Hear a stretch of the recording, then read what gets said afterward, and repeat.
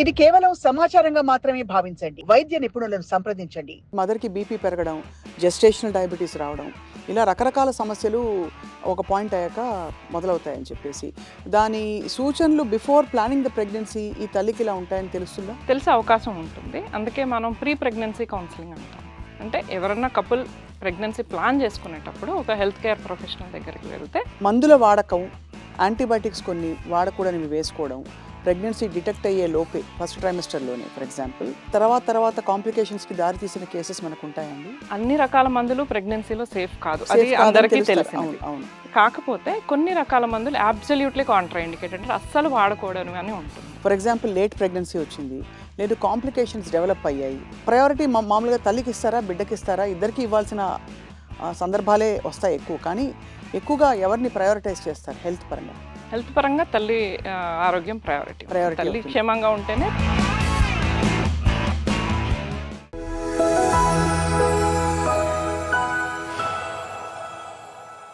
Hello and welcome to Sakshi life.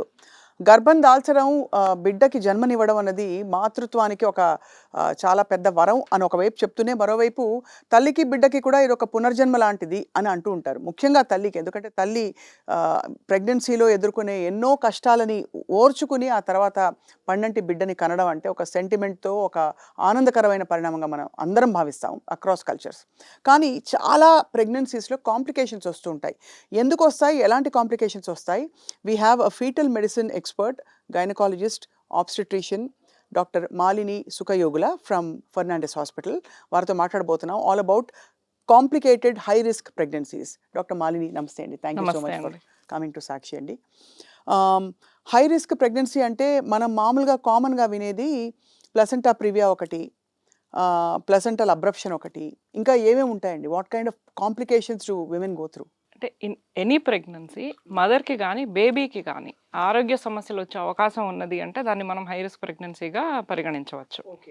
అంటే for example, మదర్కి pregnancy కంటే ముందర ఏదైనా హెల్త్ ఇష్యూస్ ఉన్నాయనుకోండి, like hypertension, diabetes, connective tissue disorders అంటాం, lupus pregnancies, heart disease, kidney problems, ఇట్లాంటివన్నీ. ఆర్ మదర్కి ఇంతకుముందు చాలాసార్లు గర్భస్రావం అయినా, అబార్షన్స్ అయినా, ఆర్ కడుపులోనే బిడ్డ చనిపోయినా, అండ్ బేబీకి కూడా ఏమన్నా ఎదుగుదలలో లోపాలు ఉన్నా ఈ ప్రెగ్నెన్సీలో, ఆర్ బేబీ క్రోమోజోమల్ కానీ జెనెటిక్ ఇష్యూస్ ఉన్నా కానీ, మదర్కి ఏమన్నా ఇన్ఫెక్షన్స్ ఉన్నా కానీ, ఇటువంటివన్నీ కూడా మనం హై రిస్క్ ప్రెగ్నెన్సీ కిందనే పరిగణిస్తాం.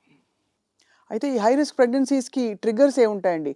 ఒకటి, వయసు పైబడి కొంచెం 35-37 ఏళ్ళు దాటిన తర్వాత హై రిస్క్ అంటారు. సో ఎందువల్ల అలా జరుగుతుందండి? అంటే 35 వయసు దాటిన తర్వాత హై రిస్క్ అంటాము. అట్లానే teenage pregnancies, less than 19 year old, అది కూడా హై రిస్క్ ప్రెగ్నెన్సీస్ అని అంటాము. అంటే వయసుతో పాటు కోమార్బిడిటీస్, అంటే వయసు పెరిగే కొద్దీ బీపీ, షుగర్ ఇట్లాంటివన్నీ పెరుగుతూ ఉంటాయి అంటారు కదా. సో అట్లానే కోమార్బిడిటీస్ మదర్కి పెరుగుతూ ఉంటాయి.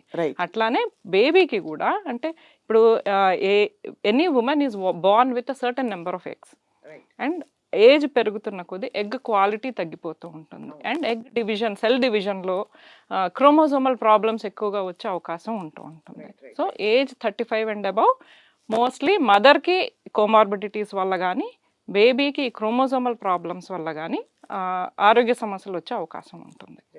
హై రిస్క్ ప్రెగ్నెన్సీ ఒకసారి వచ్చాక ప్రతి ప్రెగ్నెన్సీ రిస్క్లో పడుతుందండి? పడే అవకాశం ఉంటుంది, ఛాన్సెస్ ఎక్కువ ఉంటాయి. అంటే it also depends on what type of risk. అంటే ఈ ప్రెగ్నెన్సీలో బీపీ ఎక్కువ ఉన్నది, ప్రీటర్మ్ డెలివరీ చేయవలసి వచ్చింది, నెక్స్ట్ ప్రెగ్నెన్సీలో మళ్ళీ బీపీ వచ్చే అవకాశం 25% వరకు ఉంటుంది. ఓకే.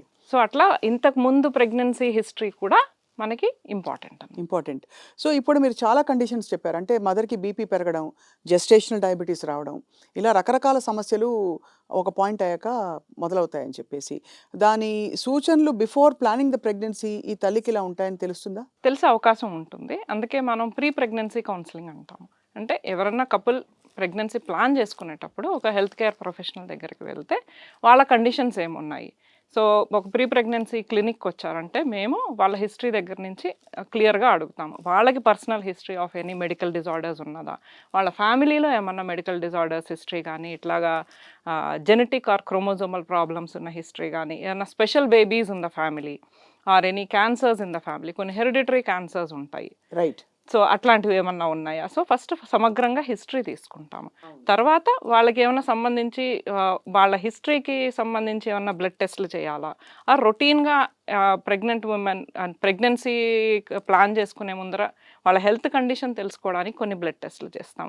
సో ఈ విధంగా మనం ప్రీ ప్రెగ్నెన్సీ కౌన్సిలింగ్ ఆ టైంలోనే మనం వాళ్ళ హెల్త్ కండిషన్, రిస్క్స్ అన్నీ ఐడెంటిఫై చేయడానికి అవకాశం ఉంటుంది.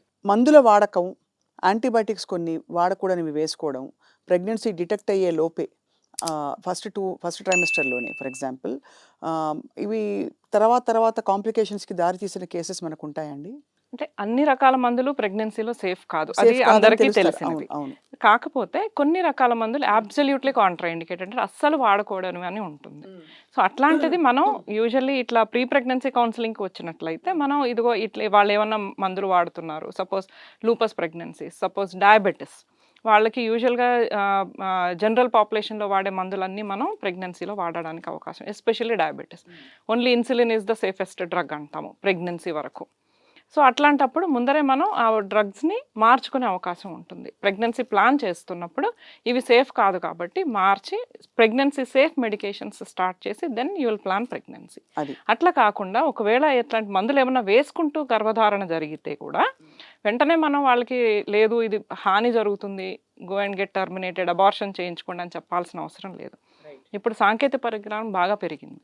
అల్ట్రాసౌండ్ చాలా మైన్యూట్ అబ్నార్మలీస్ని కూడా మనం detect చేయగలుగుతున్నాము.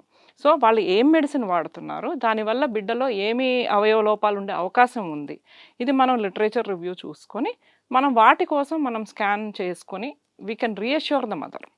So your baby is fine, you can continue the pregnancy. But once ఆ ప్రెగ్నెన్సీ నిలిచింది అన్న తర్వాత ఆ మందులు ఆపేసి దానికి సంబంధించిన ప్రెగ్నెన్సీలో సేఫ్ వాడే మందులు ఏమన్నా ఉన్నాయో అది చూసి మనం స్టార్ట్ చేసుకుంటాం. ఫర్ ఎగ్జాంపుల్ లేట్ ప్రెగ్నెన్సీ వచ్చింది, లేదు కాంప్లికేషన్స్ డెవలప్ అయ్యాయి, ప్రయారిటీ మామూలుగా తల్లికి ఇస్తారా, బిడ్డకి ఇస్తారా? ఇద్దరికి ఇవ్వాల్సిన సందర్భాలే వస్తాయి ఎక్కువ. కానీ ఎక్కువగా ఎవరిని ప్రయారిటైజ్ చేస్తారు హెల్త్ పరంగా? హెల్త్ పరంగా తల్లి ఆరోగ్యం ప్రయారిటీ. తల్లి అవుతుంది. క్షేమంగా ఉంటేనే బిడ్డ ఆరోగ్యం బాగుంటుంది. ఆరోగ్యం బాగుంటుంది కాబట్టి, బికాస్ ఇట్స్ చాలా సెన్సిటివ్ డెలికేట్ Yes. సిచ్యువేషన్ అండి.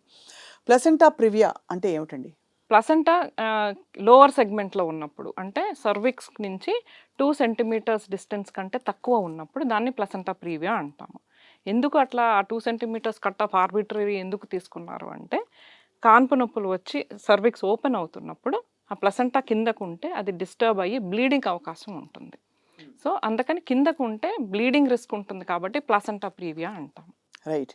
ఆ ప్లసెంటా ప్రివియా రావడం వల్ల మిస్క్యారేజ్ అయ్యే అవకాశాలు ఉంటాయా, లేక ఏం జరుగుతుంది? మిస్క్యారేజ్ ఉండే అవకాశాలు తక్కువ. దానివల్ల ప్రెగ్నెన్సీలో కానీ డెలివరీ అప్పుడు కానీ బ్లీడింగ్ అయ్యే అవకాశం ఉంటుంది. కాబట్టి అది చాలా హై రిస్క్ గా హై భావిస్తారు. రిస్క్ కింద భావిస్తాం. అప్పుడు ఎలాంటి జాగ్రత్తలు తీసుకుంటారు? బ్లీడింగ్ ఆపడానికి అంటే మందులు ఇప్పుడు ఇస్తారా? ప్లసెంటా ప్రీవియా మనకి స్కాన్లో డయాగ్నోజ్ అయినప్పుడు మనం తల్లికి చెప్తాం, ఇట్లా ఈ కండిషన్ ఉంది, సో బ్లీడింగ్ అయ్యే అవకాశం ఉంటుంది, మీరు జాగ్రత్తగా ఉండాలి. So out of station long distance travels avoid చేయండి. అంటే ఎక్కడన్నా వెళ్ళి వాళ్ళకి సడన్గా బ్లీడింగ్ స్టార్ట్ అయితే ఇబ్బంది పడతారు. హిమోగ్లోబిన్ ఎప్పుడు మంచి 11 quantity, కంటే yes. అబౌవ్ మెయింటైన్ చేసుకోవాలి. కొంచెం బ్లీడింగ్ అయినా తట్టుకునే శక్తి ఉంటుంది కాబట్టి. అండ్ అబ్జల్యూట్ బెడ్ రెస్ట్ చెప్పము, కాకపోతే రెస్ట్రిక్టెడ్ యాక్టివిటీ అంటాము. ఓకే, అంటే అన్ని పనులు వాళ్ళ పనుల వరకు చేసుకోవచ్చు, హెవీ వర్క్ అట్లాంటివి చేయొద్దు అని చెప్తాము. అండ్ ఈ ప్లాసెంటా ప్రీవియాలో బ్లీడింగ్ యూజువల్లీ పెయిన్లెస్ ఉంటుంది, అంటే నొప్పులు వచ్చి బ్లీడింగ్ కనపడడం కాదు. రైట్. ప్లాసెంటా ప్రీవియాలో అంటే ఏది బాత్రూమ్కి వెళ్ళినప్పుడు చూసుకోవడము అట్లాగా బ్లీడింగ్ అవుతుంది అని నొప్పి తెలియకుండానే బ్లీడింగ్ అయ్యే అవకాశం. అట్లాంటప్పుడు వెంటనే హాస్పిటల్కు రీచ్ అవ్వాలి.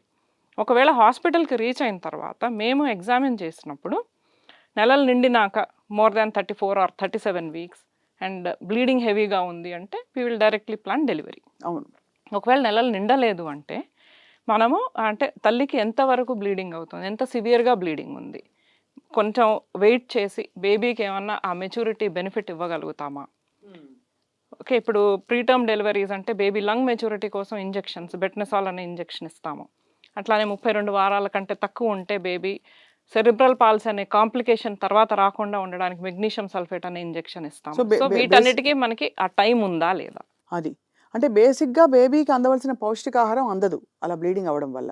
పౌష్టికాహారం అని కాదు, బట్ తల్లి బ్లీడ్ అవుతుంది అంటే తల్లి ఆరోగ్యం కాంప్రమైజ్ అయినప్పుడు బిడ్డ కూడా కాంప్రమైజ్ సో అప్పుడు గ్రోత్ బిడ్డది ఎఫెక్ట్ అవుతుంది, ఎఫెక్ట్ అయ్యే ఆర్గన్ ఫార్మేషన్ కూడా ఎఫెక్ట్ అవుతుంది. ఆర్గన్ ఫార్మేషన్ ఎఫెక్ట్ ఉండదండి, గ్రోత్ ఎఫెక్ట్ అయ్యే అవకాశం ఉంటుంది. సో సెరిబ్రల్ పాలసీ మరి ఎలా వస్తుంది ఆ టైంలో? Preterm prematurity complication. అంటే ప్రీటర్మ్ బ్రెయిన్ ఫుల్ గా సంపూర్ణంగా ఎదగకపోతే, ఫామ్ అవ్వకపోతే, అది 32 వారాల లోపల డెలివరీ అయిన బేబీస్ లో ఎక్కువ చూస్తాం కాబట్టి అది ప్రివెంట్ చేయడానికి ఇంజెక్షన్స్ ఉంటాయి అన్నమాట. రైట్. సో బ్లీడింగ్ అంత హెవీగా లేదు, మనం తల్లి ప్రాణానికి ప్రమాదం లేకుండా ఆగగలుగుతాము అన్నప్పుడు మాత్రమే మనం ఇవన్నీ ఆలోచిస్తాము. బ్లీడింగ్ హెవీగా ఉంది, తల్లి ప్రాణానికి ప్రమాదం ఉంది అన్నప్పుడు వెంటనే డెలివరీ ప్లాన్ చేసుకుంటాం. అంటే ఈ ప్లసెంటా ప్రివియా సంభవించడానికి ప్రీ కండిషన్స్ ఏంటండి? అంటే అది ర్యాండమ్ గా అయిపోతుందా, ఎవరికైనా అవ్వచ్చు అంటారా? ఎవరికన్నా అయ్యే అవకాశం ఉంటుంది. కాకపోతే ఇంతకుముందు సిజేరియన్ డెలివరీ అయిన వాళ్ళల్లో ఒకవేళ ప్లాసెంటా ప్రీవియా అనే కండిషన్ ఉన్నట్లయితే అది అంతకుముందు జరిగిన సిజేరియన్ ప్లేస్లో ఆ ప్లాసెంటా కనుక అతుక్కొని ఉంటే మార్బిడ్లీ అడ్హరెంట్ ప్లాసెంటా అంటాం. అంటే అది తొందరగా సపరేట్ అవ్వవు. మామూలుగా డెలివరీ అయిన తర్వాత ప్లాసెంటా సపరేట్ అయిపోయి బయటకు వచ్చేయాలి. అవును.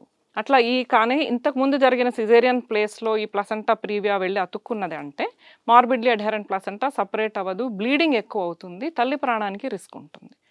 అది ఒక లైఫ్ థ్రెటనింగ్ ఎమర్జెన్సీ అవుతుంది అప్పుడు.